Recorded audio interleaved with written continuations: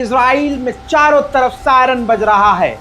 Haifa हो, तेल अवीव हो, जेरूशलम हो या कोई भी शहर, दोस्तों हर जगह चारों तरफ से मिसाइल और ड्रोन आ रहे हैं।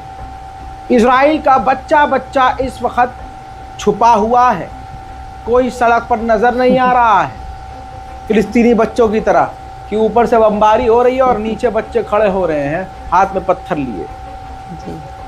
मेरे दोस्तों, ब्रेकिंग न्यूज़ में ताज़ा जानकारी बता दूं कि पूरे इज़राइल में सायरन बज रहा है और ईरान ने दे दनादन